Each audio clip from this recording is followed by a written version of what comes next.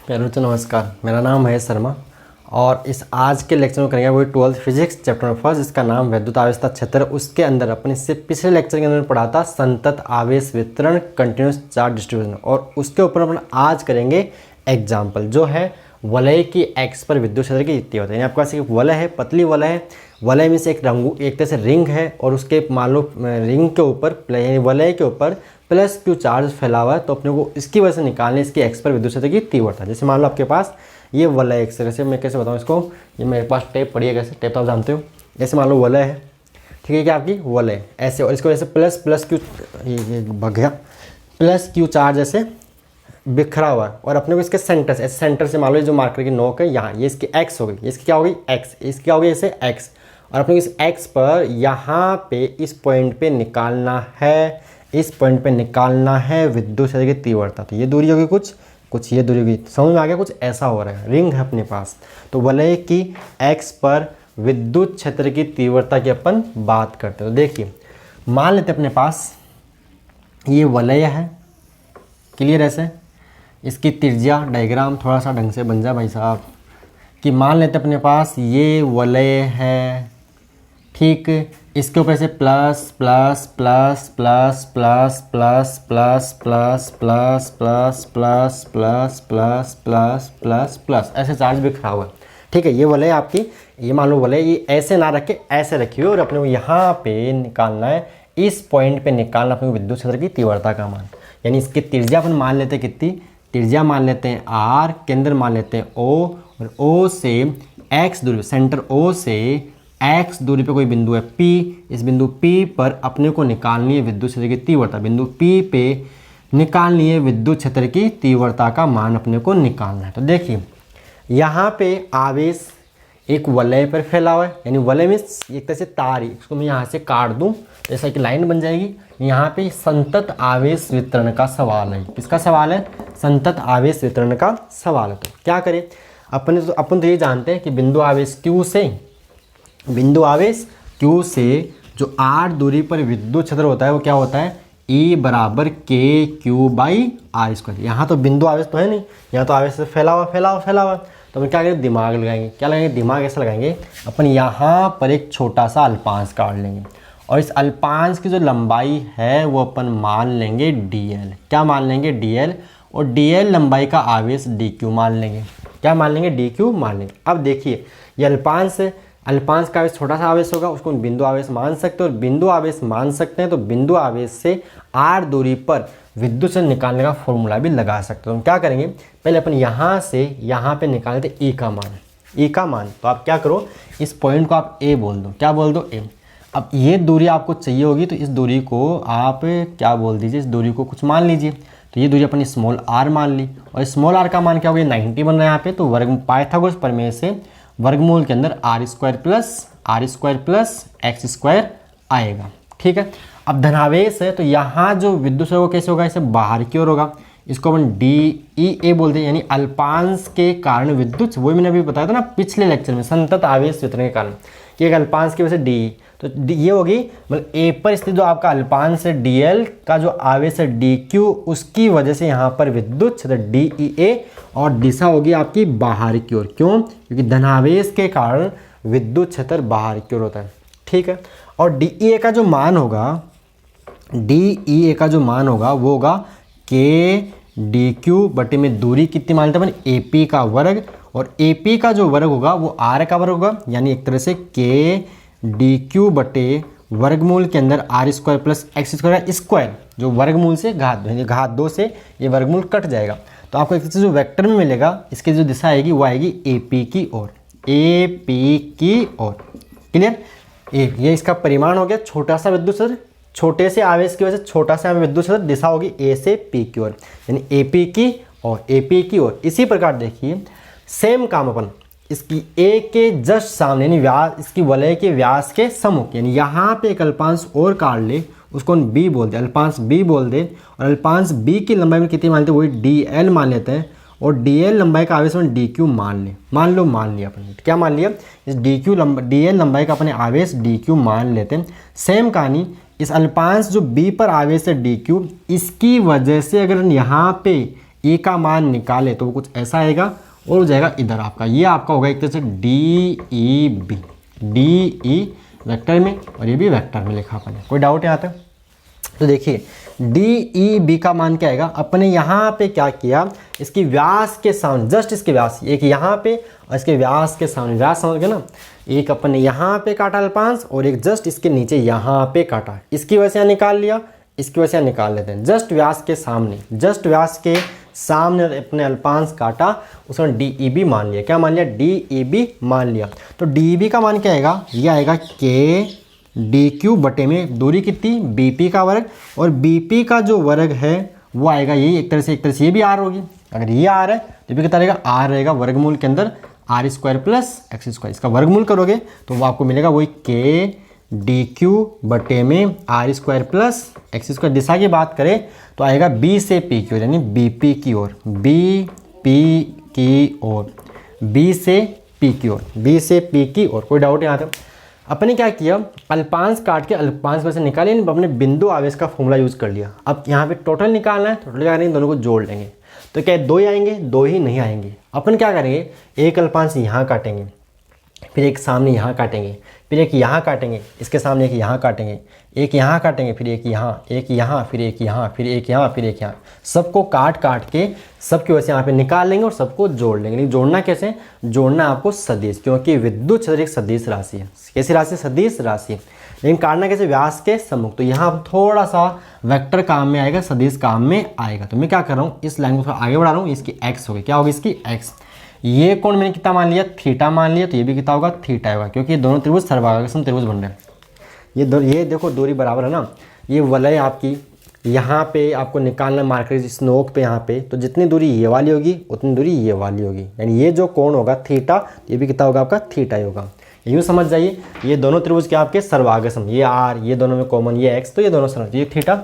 अब ये दोनों देखो, ये भी कितना होगा थीटा, शीर्षाभिमुख कोण, ये भी क्या आएगा थीटा, आपका शीर्षाभिमुख कोण आएगा। अब देखिए अपन इस बिंदु P पर ध्यान से देखें तो mod of D E A, यानी ये दोनों परिमाण में तो है बराबर, mod of D E B के दोनों परिमाण में तो क्या हो गया, देखो इसका भी क्या आ रहा है, K D Q upon R square plus X square, इसका भी क्या आ रहा है, K D Q upon R square plus X square. लेकिन दिशा ये इधर जा रहा है और इधर आ रहा है, तो अपन क्या करते हैं, इसको थोड़ी देर डी मान लेते हैं। क्या डी, और डी का जो मान है वो है के डी क्यू बटे में R square plus X square, R square plus X square. तो देखिए जिसको हम रिजोल्व करेंगे तो डी ई का इधर घटक क्या आएगा, इधर आएगा D E B cos theta. Resolve करना आता है, थीटा के साथ आता है कोस, थीटा के साथ क्या आता है, कोस, और इधर घटक इसका जो आएगा इधर इधर ये वाला, ये आएगा D E B sine theta, theta के साथ कोस। रिजोल्व करना था ना, ये सदिश आपके पास ये एफ वेक्टर है और मान लो ये कोण थीटा, तो ये कितना आएगा, ये आएगा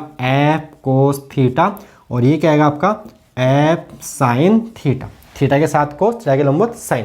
तो मैंने डी ई बी को रिजोल्व किया तो इधर आ गया D E B cos theta और इधर D E B sine theta. Same कहानी अगर मैं डी ई इसको रिजोल्व करूंगा, इसको वियोजित करूंगा तो इधर क्या आएगा, इधर आएगा इसका डी ई ए कोस थीटा और इधर आएगा D E A sine theta, D E A sine theta. कोई डाउट यहाँ तक नहीं? अब ध्यान से देखिए, D E B sine theta और ये D E A sine theta, sine दोनों में कॉमन, और डी ई बी और डी ई ए परिमाण में क्या बराबर, यानी ये दोनों कट जाएंगे, ये दोनों एक दूसरे से कट जाएंगे। तो क्या बच जाएगा, ये बच जाएगा। तो बिंदु P पर यहाँ लिखोगे आप, बिंदु P पर डी ई ए व डी, ऐसा बोलना गलत है, वैसे तो ऐसा बोलना वैसे तो गलत है। क्या ये दो ही बचेंगे या यहाँ बहुत सारे बचेंगे, तो यहाँ दो नहीं बचेंगे, यहाँ बहुत सारे बचेंगे। देखो मैंने क्या किया, जब व्यास के सम्मुख एक अल्पांश यहाँ काटा, एक यहाँ काटा, तो दोनों के जो ऊर्ध्वाधर घटक है, वर्टिकल कंपोनेंट है, वो तो कट गए, लेकिन जो क्षैतिज घटक वो जुड़ गए इन दोनों को। सेम कहानी जब यहाँ काटेंगे तो इनका भी साइन कट जाएगा, कोस बच जाएगा, इनका भी साइन कट जाएगा, यहाँ काटेंगे तो इनका भी साइन कट जाएगा, इनका भी कोस बच जाएगा, यहाँ काटेंगे इनका भी साइन कट जाएगा, कोस बच जाएगा, इनका भी साइन कट जाएगा, कोस बच जाएगा। तो ये दो नहीं है, बहुत सारे। इसको अपन ने अनंत छोटे छोटे टुकड़ों में तोड़ लिया, इसको अपने अनंत छोटे छोटे टुकड़ों में तोड़ लिया और सबको यहाँ पे जोड़ेंगे, रिजोल्व करके जोड़ेंगे तो सबका साइन कटता जाएगा, सबका कोस बचता जाएगा। तो बिंदु यहाँ लिखोगे आप, ये लिखने के बाद तो थ्योरी कैसे लिखोगे, थ्योरी की अगर बात आती है तो पहले ये बात लिखोगे, ए पर स्थित आवेश ए पर स्थित अल्पांश dl के कारण dl के आवेश dq के कारण बिंदु P पर विद्युत क्षेत्र DE बराबर ये लिखो। इसी प्रकार B पर स्थित अल्पांश dl के आवेश dq के कारण बिंदु P पर विद्युत क्षेत्र DEB बराबर ये लिखोगे आप। फिर लिखोगे मोड ऑफ DA यानी परिमाण में क्या है बराबर ये लिखोगे। अब लिखोगे बिंदु P पर DEA, यहाँ पे लिखोगे बिंदु ये लिख लिया करो, बिंदु P पर DEA थ्योरी की बात कर रहा हूँ मैं, बिंदु P पर DEA वेक्टर व DEB वेक्टर को घटकों में वियोजित करने को DEA वेक्टर व DEB वेक्टर कन्फ्यूजन दूर कर लीजिए। मैं फिर बोल रहा हूँ कि यहाँ DE और DB दोनों ही बहुत है, तो यहाँ लिखोगे बिंदु P पर वलय के व्यास के सम्मुख, यहाँ बेटर लाइन क्या होगी, दो नहीं है, वलय के व्यास के सम्मुख सभी घटकों के कारण विद्युत क्षेत्र की तीव्रताओं को घटकों में वियोजित करने पर इनके ऊर्ध्वाधर घटक परिमाण में बराबर व दिशा में विपरीत होने के कारण निरस्त हो जाते हैं, जबकि इनके क्षैतिज घटक एक ही दिशा में होने के कारण जुड़ जाते हैं। अतः बिंदु P पर परिणामी विद्युत क्षेत्र, जिसको मैं बोल देता हूँ E, इसकी x ही बोल, वलय की x पर जो आएगा देखिए DE क्या आएगा, DE cos theta plus DE cos theta plus plus आगे तक। मैंने DEA को भी DEB को भी क्या बोल दिया, DE बोल दिया। देखो यहाँ मान रखा परिमाण में बराबर, तो ये कहाँ तक जाएगा अनंत तक। और इसको जोड़ने का तरीका क्या होता है, तो यहाँ करोगे आप समाकलन DE cos थीटा, सबको जोड़ना है और जोड़ने का मतलब अपने पास क्या होता है समाकलन। तो x पर जो आपको विद्युत क्षेत्र मिलेगा वो मिलेगा समाकलन DE का मान क्या रहा, ये रहा के DQ बटे में R square plus X square into में कोस थीटा। कोस क्या होता है आधार बटा करण, तो ये रहा थीटा, तो आधार बनेगा x बटे में करण क्या हो जाएगा वर्गमूल के अंदर R square plus X square. तो यहाँ से देखिए ई एक्स बराबर के DQ एक्स, सब देखो के तो कांस्टेंट एक्स भी कांस्टेंट, तो देखिए के यहाँ पे क्या आ रहा है DQ इंटू में एक्स, नीचे R square plus X square घात एक और यहाँ पे घात वर्गमूल मतलब घात 1/2, तो ये जुड़ के आपका हो जाएगा R square plus X square की घात 3/2। तो यहाँ से देखिए के कांस्टेंट बाहर आ जाएगा समाकलन से, एक्स कांस्टेंट समाकलन से बाहर आ जाएगा, तो R square plus X square की पावर 3/2 और अंदर बचेगा केवल DQ। और DQ को जोड़ने पे मान लो आपने इसको पूरा आवेश कितना दिया होगा, Q दिया होगा, ठीक है। तो DQ यहाँ काटा, फिर DQ सारे सभी DQ को जब जोड़ोगे तो पूरा आपको आवेश टोटल Q मिल जाएगा। तो समाकलन DQ, समाकलन मतलब समाकलन एक विशेष प्रकार का जोड़ है, समाकलन क्या एक जोड़ है, तो सभी DQ को जोड़ने पे टोटल चार्ज जो आपने Q दिया था वो मिल जाएगा। तो समाकलन DQ का मान क्या आएगा के एक्स इंटू में Q बटे में R square plus X square की पावर 3/2, ये आपको मिल गया। यानी आपको जो x पर जो विद्युत क्षेत्र की तीव्रता मिल रही है वो मिल रही है के क्यू एक्स बटे में R square plus X square की पावर 3/2, ये मिल गई वलय की x पर विद्युत क्षेत्र की तीव्रता K Q X upon R square plus X square की power 3/2, K Q X upon R square plus X square की पावर 3/2। सेम अपन चैप्टर नंबर 4 में पढ़ेंगे एक वर्ताकार में पास की या वर्ताकार वलय की x पर चुंबक क्षेत्र की तीव्रता mu not an I R square बटे 2r square plus X square की पावर 3/2, फॉर्मूला वहाँ पे भी आएगा, बाद में ड्राइव करेंगे। समझ में आ गया होगा, क्लियर है। तो ये बहुत सारे नहीं है। अब देखिए मैंने यहाँ पे तो लैम्डा यूज ही नहीं किया, यहाँ पे तो आवेश रेखा के अनुदिश फैला होता था, अपन चाहे तो लैम्डा यूज कर सकते थे, चाहे तो नहीं भी कर सकते, तो यहाँ चाहे तो आप लैम्डा यूज कर सकते। कैसे, लैम्डा बराबर कि यहाँ आवेश लंबाई अनुदिश फैला हुआ है, तो लैम्डा क्या होता है DQ/dl, तो आप DQ बराबर क्या बोल सकते थे लैम्डा इंटू DL बोल सकते थे, लेकिन मैंने यूज नहीं किया। समझाता हूँ कैसे। आप इसके बाद आप चाहो तो DQ की जगह लैम्डा इंटू DL लिख, यानी इसके बाद आप ऐसे भी आगे देखो, यहाँ तक सही आपको ऐसे ही करना है। मैं समझा रहा हूँ केवल आपको कि आप चाहो तो DQ बराबर आगे इससे भी ये रिलेशन आप वापस ला सकते हो। कैसे, यहाँ लिखो देखो के एक्स नीचे क्या आ रहा है R square plus X square की पावर 3/2 और यहाँ DQ की जगह क्या आ जाएगा लैम्डा इंटू में DL। अब देखिए लैम्डा तो कांस्टेंट बाहर ले लो, नीचे आएगा R square plus X square की पावर 3/2 और यहाँ क्या बचेगा DL। तो डीएल डीएल को समाकलन डीएल डीएल को जोड़ना है, तो डीएल डीएल, एक डीएल यहाँ एक डीएल यहाँ, सभी डीएल डीएल को जोड़ने पर ये पूरी लंबाई होगी। और पूरी लंबाई क्या होगी, इस वलय की परिधि वर्ता, इसकी एक तो वर्ती होता है तो परिधि क्या होती है 2πr। तो यहाँ डीएल डीएल को जोड़ने पे क्या आ जाएगा 2πr आ जाएगा। तो और लेमडा क्या होता है, लेमडा होता है आवेश बटा लंबाई। लेमडा क्या होता है, आवेश बटा लंबाई। तो आपने आवेश कितना दिया होगा, इसको क्यों आवेश दिया होगा, कितनी लंबाई पे 2πr लंबाई भी। मैंने रेखीय आवेश घनत्व में एग्जाम्पल भी करवाया था आपको कि क्यों आवेश किसी r त्रिज्या के वर्ताकार तार पर फैला हुआ तो रेखीय आवेश घनत्व होता है आवेश बटे में लंबाई। यानी क्यों आवेश यहाँ कितनी लंबाई में फैला हुआ है 2πr लंबाई पर फैला हुआ है। तो क्यू बटे 2πr और यहाँ इंटू इसका मान क्या आ जाएगा 2πr और बटे में क्या चल रहा है r² प्लस x² की पावर 3/2। तो यहाँ से देखिए कट जाएगा तो फिर से क्या मिल जाएगा आपको, फिर से आपको मिलेगा kqx बटे में r² प्लस x² की पावर 3/2 ही मिल जाएगा। तो आप चाहो तो लेमडा यूज़ कर सकते हो, नहीं चाहो तो भी आप ऐसे भी आगे बढ़ सकते हो। तो ये आपका एक तरह से संतत आवेश वितरण का ही एग्जाम्पल है, जिसमें आवेश किसी वलय यानी किसी वर्ताकार तार के अनुदिश फैला हो, इन रेखीय आवेश वितरण का ये सवाल है, एग्जाम्पल है, डेरिवेशन एक तरह से। तो आप चाहो तो ऐसा भी कर सकते थे, आप नोट कर लेना चाहो तो, नहीं तो आप ये वाला बिल्कुल आसान पड़ेगा। डी क्यू जोड़ने में total charge Q, D Q जोड़ेंगे तो पूरा चार्ज क्यू आपके को मिल जाएगा। समाकलन एक जोड़ है, समाकलन एक integration is a special type of sum, समाकलन एक विशेष प्रकार का जोड़ है। कोई डाउट, क्लियर है? तो चाहते तो आप ऐसा आ सकते थे, नोट करना है। तो थ्योरी लिखना तो मैंने आपको समझा दिया। तो ये हो गया आपका डेरिवेशन।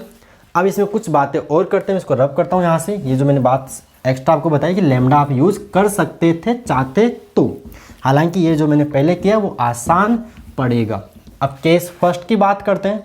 केस फर्स्ट, यदि x बराबर 0, x बराबर 0 का मतलब है कि आपने बिंदु x की दूरी जो यानी बिंदु P कहाँ पहुँच गया, सेंटर पे। यदि x बराबर 0 अर्थात वलय के केंद्र पर विद्युत क्षेत्र, अर्थात वलय के केंद्र पर विद्युत क्षेत्र क्या आएगा, तो x का मान जब 0 करोगे तो सेंटर पे E का मान क्या आएगा 0, जो अपन बात पहले ही कर चुके हैं लेक्चर्स के अंदर कि जब भी आवेश का सममित वितरण होता है तो केंद्र पर विद्युत बल भी कितना होता है 0 और विद्युत क्षेत्र भी कितना होता है 0, यहाँ से भी आ रहा है तो सेंटर पे कितना हो जाएगा 0। केस सेकंड, केस सेकंड मतलब ये होता है कि यदि x greater than r, x greater than r का मतलब ये है कि जो बिंदु है वो वलय से बहुत दूर स्थित हो, बिंदु P वलय से बहुत दूर स्थित हो। बहुत दूर का मतलब है कि आप जैसे दूर जाओगे तो वो आपको रिंग ना दिख के एक तरह से बिंदु, जैसे कोई पहाड़ है आप उसको दूर से देखिए तो आपको छोटा सा दिखाई देगा, पास में जाइए वो बड़ा दिखाई देगा। यानी बिंदु वलय से बहुत दूर है, बहुत दूर है तो क्या होगा देखिए, अगर x का मान r की तुलना में ज़्यादा है तो आप देखो जो r² प्लस x² है उसको आप लगभग क्या बोल दोगे, x² के बराबर ही बोल सकते हैं। कि x का मान r की तुलना में बहुत ज़्यादा है तो r के वर्ग को अपन नेगलेक्ट कर सकते हैं, क्योंकि किसी जैसे मान लो कोई छोटी संख्या है और उस छोटी संख्या का वर्ग करोगे, स्क्वायर करोगे तो वो और भी छोटा आएगा, वो और भी छोटा आएगा। यानी अपन अगर x का यानी r का मान x की तुलना में बहुत कम है तो अपन r² के वर्ग को नगण्य मान सकते हैं, यानी r² प्लस x² लगभग x² के बराबर होगा। बात समझ नहीं आ रही तो इधर देखिए, जिसमें करूँ 1 का वर्ग प्लस 10 का वर्ग कितना आएगा, ये 101 आएगा। 101 लगभग किसके बराबर है, 10 के वर्ग के बराबर ही तो हुआ कि 1 10 से छोटा हो गया तो इसका वर्ग लगभग 10, मैंने कब बोला कि बराबर है, मैं भी बोल रहा हूँ लगभग बराबर है 10 के वर्ग के। तो आप इसको ऐसा लिख सकते हो। तो क्या आएगा देखिए, ये आएगा आपका E बराबर KQX और r² प्लस x² को क्या बोलना है, सिंपल x² की पावर 3/2, इस 2 से 2 कट जाएगा तो E आपको मिलेगा, E क्या मिलेगा आपको KQX बटे में x³, ये कट जाएगा तो E बराबर क्या मिला आपको KQ/x²। चमत्कार हो गया यहाँ तो KQ/x और चमत्कार ये हुआ क्योंकि आप जानते थे कोई बिंदु आवेश Q है और Q से आपको x दूरी पर विद्युत क्षेत्र का मान निकालना है, क्या आएगा E बराबर KQ/x² आता है। तो ये एक तरह से बन गया, यानी इसको अपन यूँ बोल सकते हैं कि दूर स्थित बिंदुओं के लिए वलय इस प्रकार व्यवहार करता है जैसे कि संपूर्ण आवेश वलय के केंद्र पर रखा हो। दूर स्थित बिंदुओं के लिए वलय, ऐसा देखो, देखो आ गया ना भाई। देखो अगर ऐसा मान ले कि चार्ज क्यू सेंटर पे रखा हुआ है और सेंटर से x दूरी पे आपको E बताना है, विद्युत क्षेत्र बताना है, क्या आएगा के क्यू बाई एक्स स्क्वायर। यानी लिखोगे यहाँ नीचे अर्थात दूर स्थित बिंदुओं के लिए, यहाँ लिखोगे अर्थात दूर स्थित बिंदुओं के लिए वलय इस प्रकार व्यवहार करती है जैसे कि संपूर्ण आवेश वलय के केंद्र पर रखा हो। यानी एक तरह से दूर जाने में बिंदु आवेश बन जाएगा। यानी आप सारा चार्ज सेंटर पे मान सकते हो वहाँ दूर, बहुत दूर स्थित बिंदु के लिए। तो लिख लोगे अर्थात दूर स्थित बिंदुओं के लिए वलय इस प्रकार व्यवहार करती है जैसे कि संपूर्ण आवेश वलय के केंद्र पर रखा हो। तो ये था आपका संतत आवेश वितरण का एक एग्जाम्पल था। वलय के एक्स पर विद्युत क्षेत्र की तीव्रता जो फॉर्मूला होता है K Q X upon R square plus X square power 3/2। Centre पे करना है तो एक्स का मान 0 कर दिया। दूर निकालना है तो एक्स का मान आर से बहुत ज़्यादा, तो आर के वर्ग को अपने 0 मान लिया लगभग, यानी आर के वर्ग को अपन नेगलेक्ट कर सकते हैं। तो R square plus X square लगभग एक्स स्क्वायर के बराबर ही आएगा। तो रखा है यहाँ पे 2 से 2 काट दिया तो के क्यू बाई एक्स क्यूब, एक एक्स से एक्स कट गया तो एक्स स्क्वायर के क्यू बाई एक्स स्क्वायर। तो यानी इसे लिख लोगे आप। तो ये था आपका संतत आवेश वितरण का एग्जाम्पल। तो आई होप आपको समझ में आया होगा। आगे हम बात करेंगे गाउस का नियम, विद्युत फ्लक्स, यानी उससे पहले एरिया वेक्टर, क्षैतिज सदिश, फिर विद्युत फ्लक्स, फिर गाउस का नियम और उसके एप्लीकेशंस की अपन बात करेंगे। ओके प्यारे बच्चों, धन्यवाद।